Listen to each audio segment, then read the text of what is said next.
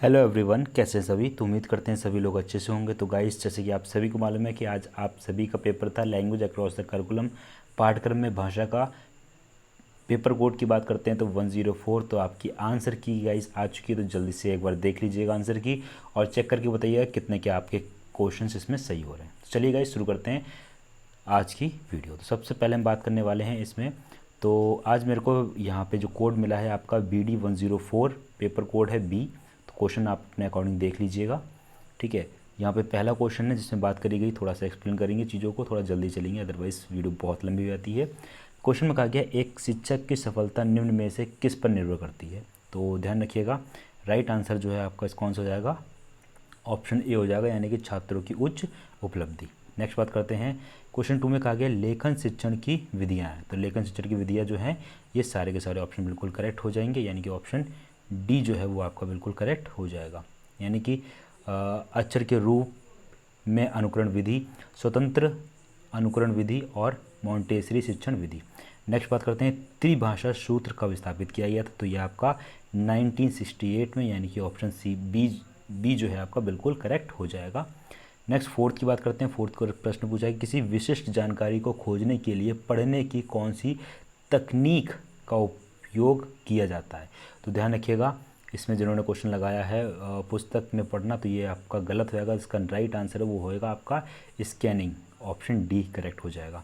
Next 5 की बात करते हैं। तो 5 प्रश्न में क्या पूछा गया है, अंग्रेजी भाषा सीखने से जुड़ा एक मानसिक अवरोध, ठीक है। तो कौन सा अवरोध है, तो ध्यान रखिएगा आपका डिसलेक्सिया हो जाएगा, यानी कि ऑप्शन ए करेक्ट है। डिसलेक्सिया और डिसेबिलिटी, ऑप्शन ए करेक्ट हो जाएगा। 6 की बात करते हैं, राष्ट्रीय पाठचर्या की रूपरेखा, यानी कि NCF 2005 के अनुसार भाषा सीखने में बहुभाषावाद को एक रूप में देखा जाना चाहिए।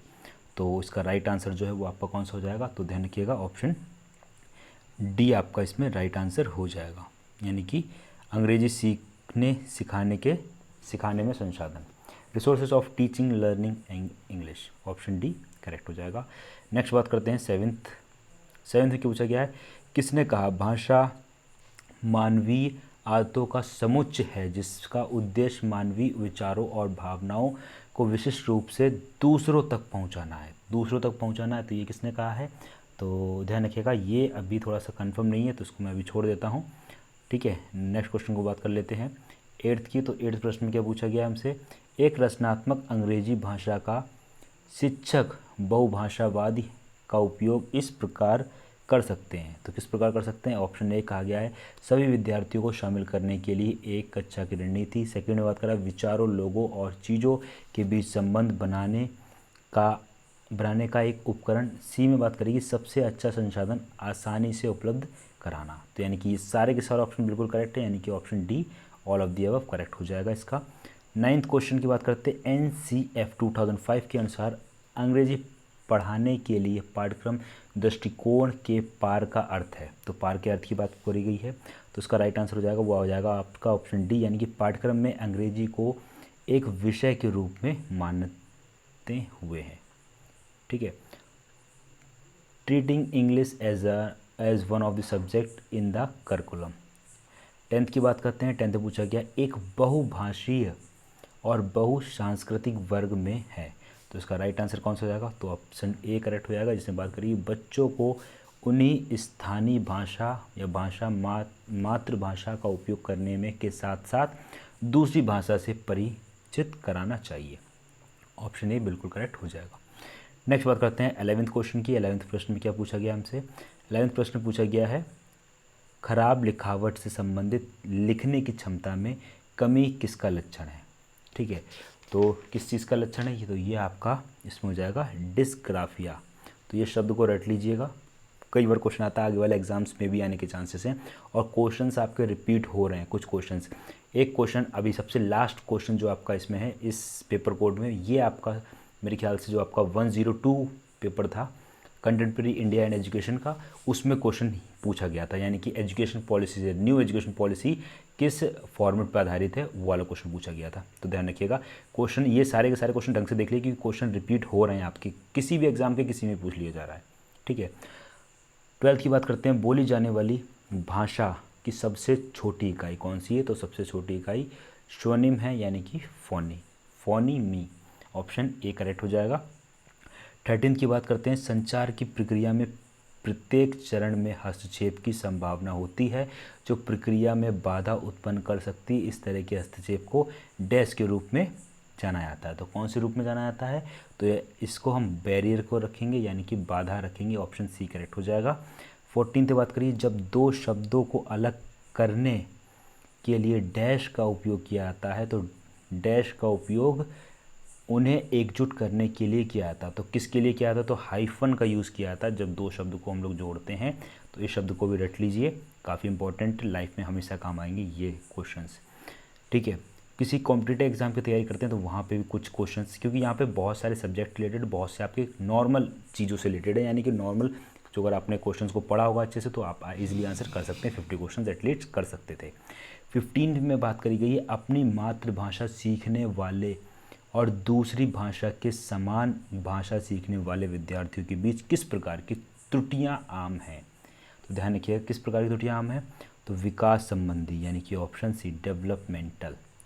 नेक्स्ट 16, अशाब्दिक संचार के रूप में स्पर्शों का अध्ययन है। तो कौन सा स्पर्शों का अध्ययन है ये पूछा गया है, यानी कि ऑप्शन ए हो जाएगा haptics.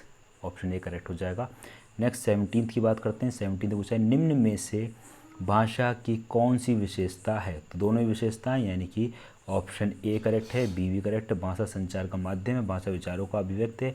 Language is the medium of the communication, language is the expression of the thoughts. ये भी दोनों, यानी कि ऑप्शन सी करेक्ट हो जाएगा। नेक्स्ट बात करते हैं 18th, जब प्रेषक और प्राप्तकर्ताओं के बीच पृष्ठभूमि की समानता होती है, जैसे उम्र, भाषा, राष्ट्रीयता, धर्म, लिंग, तब इसे डैश के संदर्भ में जानते हैं।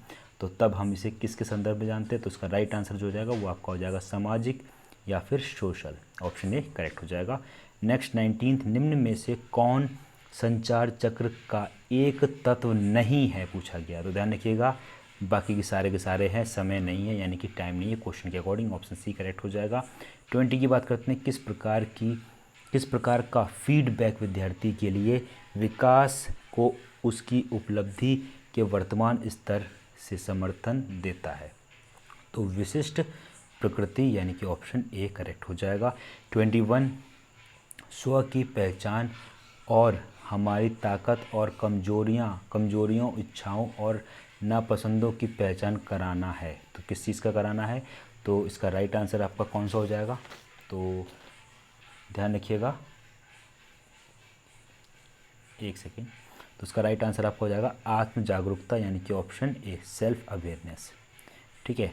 नेक्स्ट 20, ठीक है, नेक्स्ट बात करते हैं 22 की। 22 में पूछा गया, क्रोध प्रबंध कौशल डैश से प्रबंध के लिए उदाहरण है। तो कौन सा उदाहरण है? तो इसका राइट आंसर हो जाएगा भावनाओं, यानी कि फीलिंग्स। नेक्स्ट 23, निम्नलिखित कौशल में मौखिक और गैर मौखिक पहलू सम्मिलित हैं। तो राइट आंसर आपका कौन सा हो जाएगा? संचार, यानी कि ऑप्शन बी कम्युनिकेशन। 24 में बात करी गई है। 24 में कहा गया है, डेलर्स आयोग के अनुसार मनुष्य की भविष्य की प्रगति डैश पर निर्भर करती है। तो किस पर निर्भर करती है? ध्यान रखिएगा, शिक्षा, यानी कि education. Option B is correct. 25, अंतर्राष्ट्रीय शिक्षा ब्यूरो जीवन कौशल को व्यक्तिगत प्रबंध और डैश कौशल के रूप में परिभाषित करता है। तो किसके रूप में परिभाषित करता है? ध्यान रखिएगा, ऑप्शन ए, यानी कि सामाजिक, सोशल के रूप में। ठीक। नेक्स्ट 26, जीवन कौशल को बढ़ाने के लिए किस विधि का उपयोग नहीं किया जाता है? तो ध्यान रखिएगा, किस चीज़ का उपयोग नहीं किया जाता? तनाव, यानी कि स्ट्रेस बिल्कुल नहीं लेना चाहिए। ऑप्शन बी करेक्ट हो जाएगा। 27 की बात करते हैं। 27 में क्या पूछा गया है? आत्मज्ञान का स्रोत है। तो आत्मज्ञान का स्रोत कौन सा है? तो ध्यान रखिएगा, पहला ऑप्शन आत्मधारणा करेक्ट, दूसरों से प्रतिक्रिया राइट, सामाजिक तुलना राइट, यानी कि option D correct. Option D, all of the above correct हो जाएगा, सारे ऑप्शन करेक्ट हैं। नेक्स्ट बात करिए, SWOT विश्लेषण में टी का अर्थ क्या होता है? तो टी का अर्थ जो होता है गाइस वो आपका होता है धमकी या फिर 3 ऑप्शन सी करेक्ट हो जाएगा। 29, मौखिक कौशल, सामाजिक कौशल और शारीरिक की भाषा किस कौशल के महत्वपूर्ण पहलू हैं? ये हमसे पूछा गया है। तो ध्यान रखिएगा, किस के महत्वपूर्ण पहलू हैं, यानी कि ऑप्शन सी करेक्ट होएगा, यानी कि पारस्परिक कौशल, option C correct, interpersonal skill हो जाएगा राइट आंसर। ओके, नेक्स्ट 30 की बात करते हैं। किसने कहा है एक अन्य भाषा का होना दूसरी आत्मा को रखना है, एक अन्य भाषा का होना दूसरी आत्मा को रखना है, तो ये आपका हो जाएगा किसका right answer, Charlemagne, option B correct हो जाएगा। 31 रचनात्मक और विनाशकारी क्रोध को निम्न में से किसके द्वारा अलग किया जा सकता है, तो ध्यान रखिएगा ऑप्शन डी करेक्ट हो जाएगा, ए और सी दोनों। नेक्स्ट 32 की बात करते हैं। आत्म जागरूकता का पहला स्तर है, आत्म जागरूकता का पहला स्तर है, तो इसमें आपका राइट कौन सा हो जाएगा, तो ध्यान रखिएगा भेदभाव, ऑप्शन सी करेक्ट हो जाएगा। 33 की बात करते हैं। श्रोताओं के समूह के साथ संबंध स्थापित करने का सबसे तीव्र तरीका निम्न में से कौन सा है, तो सबसे तीव्र तरीका कौन सा है, यानी कि ऑप्शन ए करेक्ट होएगा, आंख से संपर्क स्थापित करना, इस्टेब्लिश्ड आई कॉन्टैक्ट, सबसे पहले आई कॉन्टैक्ट बनाना होता है।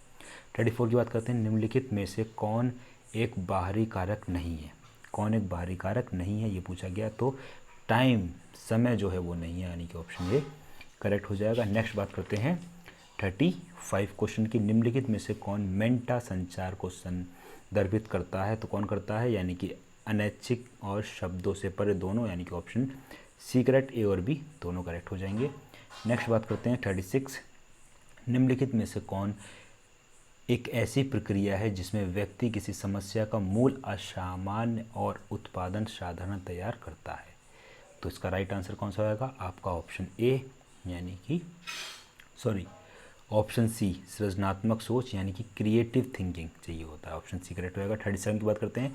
छोटे बच्चे अपनी प्रारंभिक अवस्था में पेन और पेंसिल को इधर उधर नीचे की स्थिति में ले जाना पसंद करते हैं, लिखने या यह करने का तरीका जो होता है, तो ये किस चीज़ के अकॉर्डिंग होता है, तो ये ध्यान रखिएगा, ये आपका हो जाएगा स्क्रम्बलिंग, छोटे बच्चों से रिलेटेड, ध्यान रखिएगा शब्द का स्क्रम्बलिंग, इसका राइट आंसर हो जाएगा। 38 की बात करते हैं। लिखने के लिए मुक्त लेखन दृष्टिकोण क्या बढ़ावा देता है, तो क्या बढ़ावा देता है ये पूछा गया, यानी कि ऑप्शन ए सामग्री और प्रवाह की समझ। 39 लेखन का अंतिम चरण है, तो लेखन का अंतिम चरण कौन सा है, तो ये आपका हो जाएगा कौन सा, उन्नत लेखन, यानी कि advanced writing, option D correct हो जाएगा। 40 परीक्षार्थी को रेखांकित शब्द को सही विकल्प से बदलना होगा, इस कथन में कौशल का परीक्षण किया गया है, तो कौन सा किया गया यह पूछा गया, तो ये लिखना, यानी कि राइटिंग, ऑप्शन सी करेक्ट हो जाएगा। 41 कक्षा में पूर्व पठन गतिविधियाँ हैं, तो पूर्व पठन गतिविधियाँ कौन कौन सी, यानी कि ये सारी की सारी हो जाएंगी, यानी कि ऑप्शन डी आपका बिल्कुल करेक्ट हो जाएगा। कौन कौन सी विधियाँ हैं उसको थोड़ा सा देख लीजिएगा। पहला कहा गया है शिक्षार्थियों को एक दूसरे से जोड़ना, शिक्षार्थियों को उस कहानी के बारे में जानने में समझ बनाना जिसे वो आगे पढ़ेगा। थर्ड की बात करते हैं। शिक्षार्थी में पिछड़े ज्ञान को पढ़ने वाले पाठ में उसके द्वारा सीखी गई बातों से जोड़े। नेक्स्ट बात करते हैं 42 की। 42 में पूछा गया लेखन प्रक्रिया को शुरुआत करते समय शिक्षक को निम्नलिखित में से किसका उपयोग नहीं करना चाहिए, किसका उपयोग नहीं करना चाहिए ये हमसे पूछा जा रहा है, तो ध्यान रखिएगा इसका राइट आंसर हो जाएगा आपका अंतिम मसौदे से पूर्व प्रूफ रीडिंग, यानी proof reading before final draft, option B correct हो जाएगा। 43 की बात करते हैं। लेआउट को समझना किस स्तर की लेखन गतिविधियाँ का उद्देश्य है, तो किस स्तर की लेखन गतिविधियाँ का उद्देश्य है ये हमसे पूछा जा रहा है, तो ये ध्यान रखिएगा ये आपका हो जाएगा करेक्ट आंसर पाठ स्तर पर लेखन, यानी कि राइटिंग एट टेक्स्ट लेवल। 44 निम्नलिखित में से कौन सा एक पठन का उपकौशल नहीं है पूछा गया, तो ध्यान रखिएगा ऑप्शन डी प्रतिलिपि। ठीक है। नेक्स्ट 45 देखो और कहो पढ़ने की विधि कौन सी है, तो ये ध्यान रखिएगा ये आपकी शब्द विधि हो जाएगी, यानी कि option see the word of method. 46 संदर्भ में भाषा की वैश्विक समझ दिखाना किस शीर्षक के अंतर्गत आता है, ध्यान रखिएगा ये आपका स्पीकिंग के अंतर्गत आता है, यानी कि बोला जा रहा है, यानी कि ऑप्शन ए करेक्ट हो जाएगा।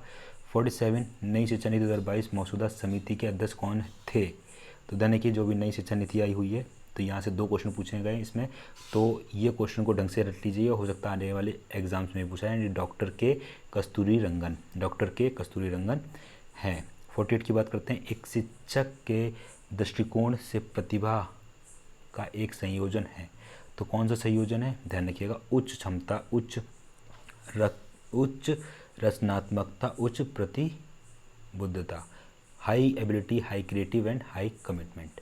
नेक्स्ट 49, निम्नलिखित में से कौन सी समस्या समाधान की वैज्ञानिक पद्धति में पहला कदम है? तो वैज्ञानिक पद्धति में पहला कदम की बात करी है जागरूकता की समस्या, यानी कि प्रॉब्लम्स ऑफ अवेयरनेस। 50 की बात करते हैं। पाठ का सार निकालने के लिए पढ़ने के किस तकनीकी का उपयोग किया जाता है? तो किसका किया जाता है? ध्यान रखिएगा, स्कीमिंग। ऑप्शन ए करेक्ट हो जाएगा। इसी के साथ गाइस 50 क्वेश्चन कंप्लीट हो चुके हैं। और एक बार वीडियो को जल्दी से शेयर कर दीजिए, और वीडियो अच्छी लग रही तो वीडियो को लाइक कर दीजिएगा, ठीक है। और चैनल पे फर्स्ट टाइम विजिट कर रहे हैं, चैनल को सब्सक्राइब करके बेल आइकन को हिट कर दीजिएगा। 51 की बात करते हैं। 51 में हमसे पूछा गया, भाषा सीखने के लिए अनुपूरक पाठक के रूप में लघु कथाओं और अन्य व्याख्याओं का संग्रह निर्धारित किया गया है। अनुपूरक पाठ्यक्रम का प्रमुख उद्देश्य क्या है? ये हमसे पूछा गया है।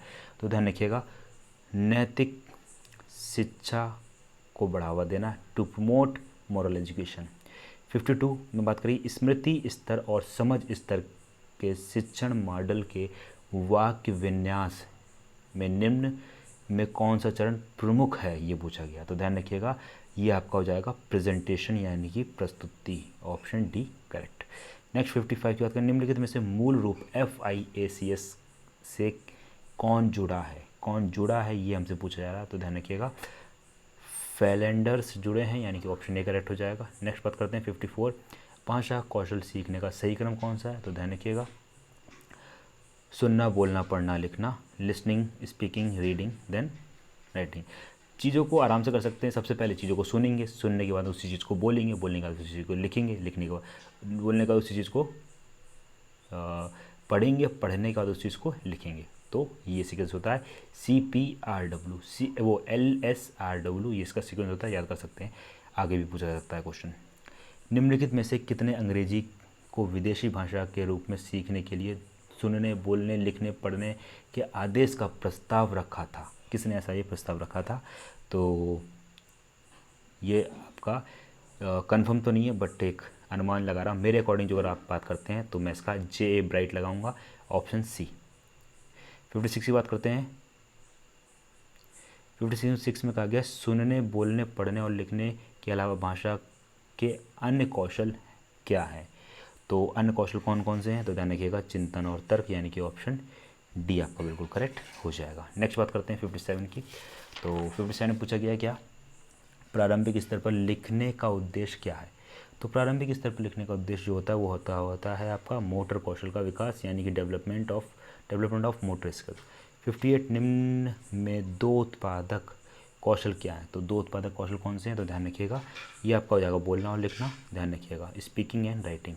ध्यान रखिएगा, बोलना है फिर लिखना है, ठीक है। नेक्स्ट 59 की बात करते हैं। संपूर्ण भाषा परिप्रेक्ष्य है, संपूर्ण भाषा जो है परिप्रेक्ष्य है। तो राइट आंसर हो जाएगा आपका इसमें कौन सा? एकीकृत तरीके से भाषा कौशल का विकास, शिक्षण, कौशल का शिक्षण, क्या कह सकते हैं, teaching of the language skills in an integrated manner. Option C correct हो जाएगा। नेक्स्ट 60 की बात करते हैं। 60 पूछा गया, निम्नलिखित में से कौन सा उपकरण रचनात्मक मूल्यांकन के लिए उपयुक्त नहीं लगाता है? तो कौन सा नहीं लगाता? तो ध्यान रखिएगा, ऑप्शन बी, मानदंड संदर्भित परीक्षण, यानी कि criterion referenced test. Option B correct हो जाएगा। 61 की बात करते हैं। 61 में पूछा गया है, निम्नलिखित में से कौन सा सीखने के लिए आकलन के विचारों का उपयोग करता है? तो आकलन के विचारों का उपयोग जो किया जाता है वो आपका रचनात्मक आकलन है, यानी कि option B, formative assessment correct answer. 62, निम्नलिखित में से त्रिभाषा सूत्र की सलाह सर्वप्रथम किसके द्वारा दी गई थी? तो ये आपकी राष्ट्रीय शिक्षा नीति 1968 के द्वारा, यानी कि ऑप्शन बी बिल्कुल करेक्ट आंसर है। नेक्स्ट 63 की बात करते हैं। 63 में पूछा गया, कक्षा कक्ष पाठचर्या का प्राथमिक अवयव निम्न में से कौन सा है? तो उपयुक्त सभी, यानी कि सारे हैं, यानी कि ऑल ऑफ दी अबव। छात्र भी है, पाठ्यक्रम भी, शिक्षक भी है। ठीक। 64 भाषा का मुख्य घटक है, तो भाषा का मुख्य घटक कौन सा है, तो ये सारे के सारे ऑप्शन करेक्ट हैं, यानी कि व्याकरण भी है, भाषा विज्ञान भी और भाषा कौशल भी है। 65 निम्नलिखित में से भाषा अधिग्रहण के कितने स्तर हैं, तो अधिग्रहण के कितने स्तर होते हैं, तो ध्यान रखिएगा अधिग्रहण के 4 स्तर होते हैं, यानी कि ऑप्शन डी बिल्कुल करेक्ट हो जाएगा। नेक्स्ट 66 निर्जीव शिक्षण का अर्थ है, निर्जीव कक्षा सजीव शिक्षण का अर्थ है सजीव कक्षा, यह कथन निम्न में से किसका है, तो इसके बारे में कंफर्म नहीं है मेरे को, बट जो अगर बात करते हैं मेरे अकॉर्डिंग तो मुझे जो लग रहा है प्रोफेसर SN मुखर्जी लग रहा है, यानी कि ऑप्शन सी। ठीक है, कौन सा, ऑप्शन सी। धन्यवाद। नेक्स्ट बात करते हैं 67 जवाबदेही, एक सेकेंड, 68 पे आ चुके हैं, 67 पे थे, ठीक है। जवाबदेही आकलन के स्तर हैं, तो जवाबदेही आकलन के स्तर कौन से, तो ध्यान रखिएगा ये सारे के सारे हो जाएंगे और उपयुक्त सभी ऑप्शन डी करेक्ट हो जाएगा, यानी कि स्थानीय स्तर भी, जिला स्तर भी, राज्य स्तर भी है। नेक्स्ट हाव भाव संप्रेषण का प्रकार, तो हाव भाव संप्रेषण का प्रकार कौन सा है, ये आपका हो जाएगा संकेत संप्रेषण, यानी कि साइन कम्युनिकेशन, ऑप्शन सी। 68 की बात करते हैं, 69 की बात करते हैं। वर्ष 1885 में डैश ने पठन पाठन के लिए वाक्य विधि को अपनाने का सुझाव निम्नलिखित में से किसने दिया था, तो ये आपका हमने दिया था, यानी कि ऑप्शन डी करेक्ट हो जाएगा। 70 की बात करते हैं, किस प्रकार का पाठ्यक्रम प्रत्येक निर्देश पर बल देता है, तो किस प्रत्येक उस पर बल देता है, तो ये आपका हो जाएगा कौन सा राइट आंसर, व्यवहार पाठ्यक्रम, यानी कि ऑप्शन बी बिहेवियर करिकुलम। 71 निम्नलिखित में से शिक्षण सूत्र विधि किसकी है, तो शिक्षण सूत्र विधि किसकी है ये हमसे पूछा जा रहा है, तो ध्यान रखिएगा ये आपका हो जाएगा कमेनियस व Herbert Spencer, Comenius and Herbert Spencer, option B.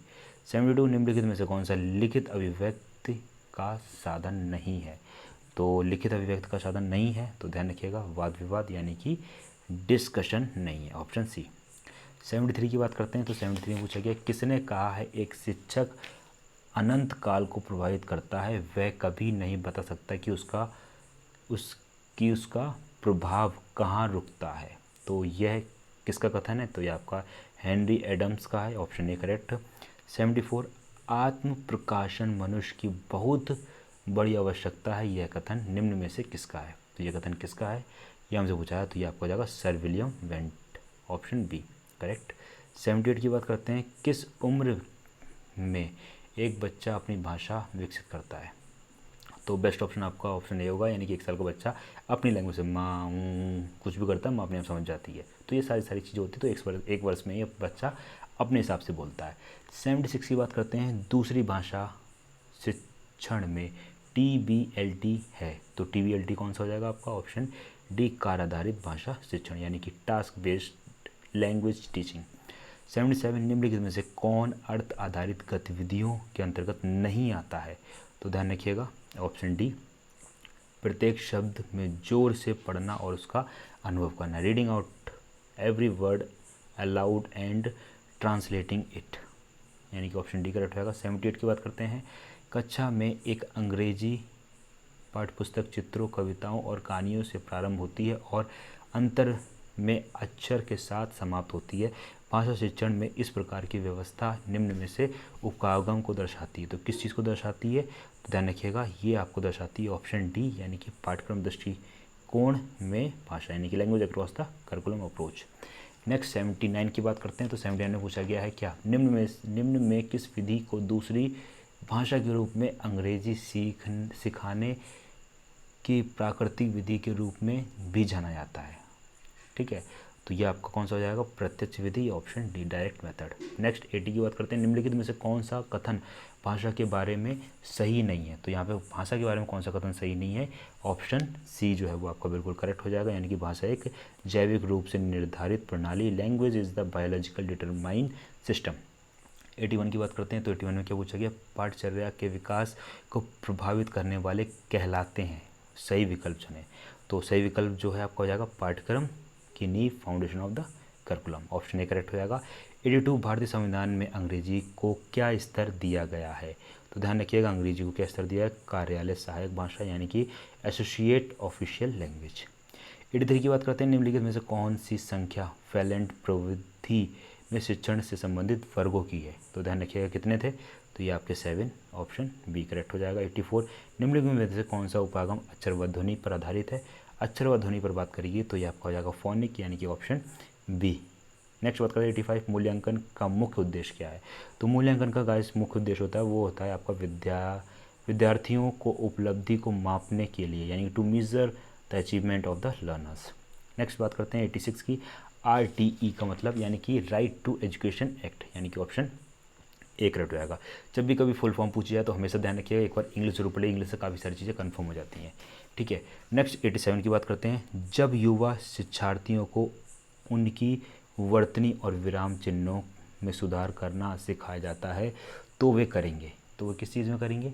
Improve their एक्वेरेसी, उनकी सटीकता में सुधार, ऑप्शन सी करेक्ट रहेगा। 88 का, आमतौर पर यह माना जाता है कि भाषा शिक्षण कक्षा शिक्षण के दौरान डैश की अवधि का उपलब्ध कराती है, तो कितना उपलब्ध कराती है? ध्यान रखिएगा 2/3 उपलब्ध कराती है, ऑप्शन डी आपका करेक्ट हो जाएगा। नेक्स्ट बात करते हैं 89 की, निम्न में से कौन सा कौशल ग्रहणशील है? ग्रहणशील की बात करेंगे यानी कि सुनना और पढ़ना, listening and reading, option B.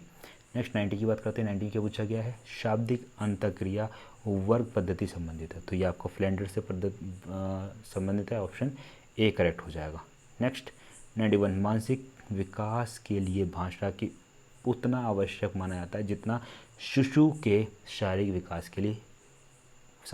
के लिए माता का दूध। तो गाइस ये जो है महात्मा गांधी जी का कथन है, यानी कि ऑप्शन ए करेक्ट हो जाएगा।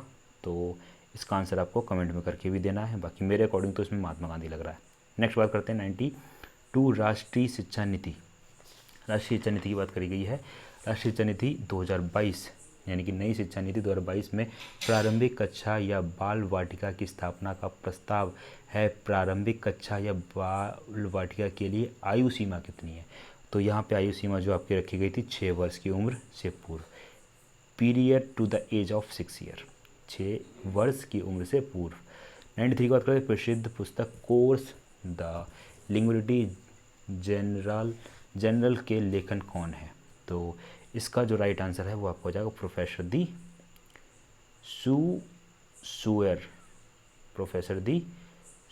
सूयर, ऑप्शन ए। नेक्स्ट 94, निम्नलिखित में से किसे भारत में अंग्रेजी भाषा के विकास में एक चुनौती नहीं माना जाता है? तो किसको नहीं माना जाता, तो अभी इसमें डाउट है। बाकी इसमें जो है गाइस सी और डी में से कोई एक ऑप्शन लग रहा है, ठीक है। बट जो अगर दोनों में से आप बेस्ट प्रीफर करना चाहेंगे मेरे अकॉर्डिंग, तो मैं इसमें ऑप्शन सी के साथ जाऊंगा, ठीक है। नेक्स्ट बात करते हैं 95 की, इनपुट हाइपोथेसिस का अर्थ है, ठीक है। तो इनपुट हाइपोथेसिस का अर्थ जो है वो ऑप्शन ए करेक्ट होगा, भाषा और भाषा अधिग्रहण के बारे में शिक्षार्थियों के संपर्क में आने के बीच संबंध। The relation between what is the learner is exposed of a language and language acquisition। Next बात करते हैं 96, निम्न में से कौन एक प्रकार की भाषा का संकेत है? तो कौन एक प्रकार की भाषा का संकेत है? ध्यान रखिएगा, वाक्य की बनावट, sentence structure, option B correct हो जाएगा। नेक्स्ट बात करते हैं, निम्नलिखित में से कौन भाषा की विशेषता नहीं है? तो इनमें से कोई नहीं है, ऑप्शन डी करेक्ट हो जाएगा। 98, जिस तरह से हम शब्दों की ध्वनि सुनाते हैं और कहा जाता है, तो ये आपका हो जाएगा उच्चारण, प्रोनाउंसिएशन, ऑप्शन ए करेक्ट हो जाएगा। नेक्स्ट 99, संप्रेषण उस समय होता है जब एक स्थान से समय की घटना दूसरे स्थान और समय की घटनाओं से घनिष्ठ रूप से संबंधित होता है। यह कथन निम्न में से किसके द्वारा दिया गया? तो यह कथन आपका किसके द्वारा दिया गया था? तो ये दिया गया था किम यंग, ऑप्शन बी करेक्ट हो जाएगा। अब यहाँ पे आया 100 क्वेश्चन, और गाइस यही क्वेश्चन मैं बता रहा था, ये क्वेश्चन आपका BD 102 contemporary India and education में सेम पूछा गया था, इसी तरीके का क्वेश्चन। उसमें भी नई एजुकेशन पॉलिसी यानी कि NEP के फॉर्मेट के बारे में पूछा गया था कि कौन सा फॉर्मेट है, किसके अकॉर्डिंग या कौन सा स्ट्रक्चर के अकॉर्डिंग पूछा गया था, तो उसमें भी क्वेश्चन आया था। यहाँ पे हो सकता है आगे भी क्वेश्चन पूछा जाए। तो NEP 2022 को एक नई शैक्षिक और पाठ्यचर्या संरचना द्वारा प्रस्तावित किया गया था NEP 2020 के अनुसार नई पाठ्यचर्या संरचना क्या है? 5-3-3-2। और जो अगर पुराना मॉडल की बात करते हैं तो ध्यान रखिएगा, पुराना मॉडल आपका जो होता है वो होगा 10+2+3। ठीक है, 10+2+3 पर ये अभी तक चल रही थी, बट अब इस पे चलेगी आने वाले टाइम में। इसी के साथ गाइस मिलते हैं फिर नेक्स्ट वीडियो में, तब तक के लिए थैंक्स फॉर एंड वीडियो अच्छी लगी तो वीडियो को लाइक कर दीजिएगा। देन मिलते हैं नेक्स्ट वीडियो में, और नेक्स्ट वीडियो यानी कि नेक्स्ट पेपर आपका BD 105 का है। और इसी के साथ आपको बता दूं कि आपका जो 107 पेपर कोड है, यानी कि जो आपका 30 सितंबर को एग्ज़ाम होना था वो पोस्टपोन होकर 3 सितंबर को होने वाला है। ध्यान रखिएगा इस चीज़ को, जो आपका 30 सितंबर को एग्ज़ाम था वो पोस्टपोन होकर पहुंच गया है कब? 3 अक्टूबर को होगा। कब होगा? ध्यान रखिएगा, 3 अक्टूबर। तो ये भी न्यूज़ थी, बाकी मैं मॉर्निंग में बताऊंगा, एक ऑफिशियल न्यूज़ आई है उसके रिगार्डिंग। और बाकी जो आपका नेक्स्ट पेपर है BD 105, उसके जो इंपॉर्टेंट क्वेश्चन हैं वो मॉर्निंग में आपको अवेलेबल हो जाएंगे। एक बार उन क्वेश्चन को देख के जाइएगा। बाकी राजा महेंद्र प्रताप यूनिवर्सिटी के प्रीवियस ईयर क्वेश्चंस भी मैं करवाऊंगा, उसको भी एक बार देख लीजिएगा, क्योंकि जितने भी क्वेश्चन मैं करवाता हूँ वहाँ से क्वेश्चन फंसते हैं। आज भी जो मैंने वीडियो डाली थी उसमें से काफ़ी सारे क्वेश्चन फंसे हैं, आप खुद जाके देख सकते हैं। ठीक है, इसी के साथ मिलते हैं फिर नेक्स्ट वीडियो में, तब तक के लिए have a good night and all the best for your exams.